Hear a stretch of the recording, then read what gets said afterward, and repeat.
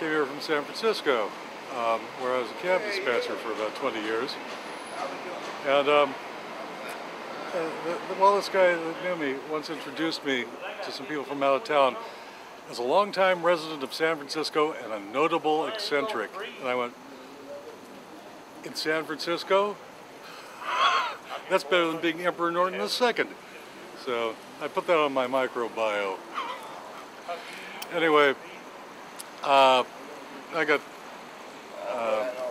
had my hip replaced and about to have my other hip replaced. They pushed me out the door. They didn't want me on their insurance at Luxor Cab. And one of my drivers lived up in Gray. I was talking to him. He says, "Move out here. We'll find you a job." I said, "Well, sure. I got nothing better to do." And so I came out here. And of course, all the businesses around here collapsed at the same time. It wasn't my fault. But my disability came through. Well, you know, you gotta live somewhere. Every place has got a good point and a bad point. All right. Well, what are some of the good points and bad points of? Well, like here, the elevator stay tore up just about all the time. And if you live on the 7th floor like I do, it's hard to get in your room. You gotta sit back waiting to fix the elevator. Well, a lot of garbage goes on, gossip, that sort of thing. And so far I've been able to deal with it, but it's getting harder. Thinking about moving? Oh, well, you always think about that. But then I'd have to take everybody with me, so that might not work. People and everything that works here, I mean, comes out here and everything, they all act real good. There are some bad apples and everything, but they don't live in here and everything. They come out here and take advantage of the older people and stuff like that. I mean, you know, it's not right for them to take advantage of them. When they give them just about anything they want and everything. You know, it's just the way they are. Oh, I love living here. Yeah. I've only been here 2 weeks, but I love it. I love it. And they tell me when the parade comes next Saturday that I live right here over the awning. I'm going to be able to see every bit of it. All right. Well, So that's going to be wonderful, wonderful. I try to give people love as well as respect for one another. I try to talk about people. You know, people talk about each other, but the main thing is to show love and respect for the ones around you and the ones that are suffering as well. You do respectful things like open the door for somebody that may be in a wheelchair, or maybe somebody need a meal. You give them a meal. And that's the way I was brought up as a young child.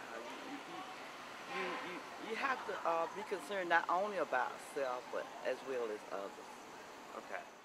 What I know about the Dempsey, I've been knowing about the Dempsey for quite a while, probably about 13 years. I can say this, is that I've met people out of the Dempsey that are humble, compassionate people who are sort of less fortunate for what they get from the government. You know, a lot of people, upper class people, don't want to see them out here because, you know, that they have low income. But regardless of that, people are still human.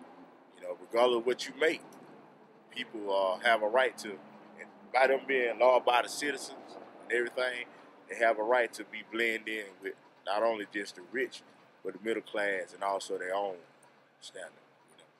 But other than that, man, I mean, from what I've seen from the people, I mean, you can look at the building itself. You can walk inside. You know, you don't have no holes in the walls or anything like that right there. I believe that they should be dealt with respect.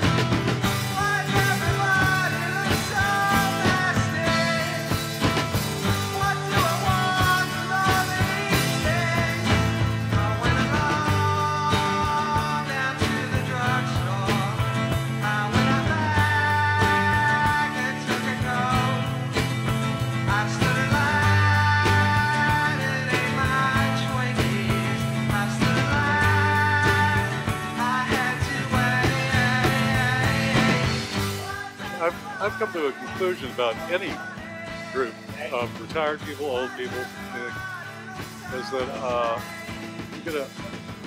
it suddenly looks like you have a huge group of nuts. That's not true. You know, they've worked 40, 50 years, and they're absolutely fine. Then they retire, everybody says, see, that guy's crazy. They don't have to talk to their supervisor anymore. They don't have to impress their boss anymore. They have nothing else to do. So they go, now I can do anything I want to. I'm going to be crazy. So a lot of them come out that way. I think that's fun myself. I didn't always have hair that long when I was a dispatcher. But between not wanting to pay for haircuts and saying, I want to go back to looking like I did in '66. I might as well.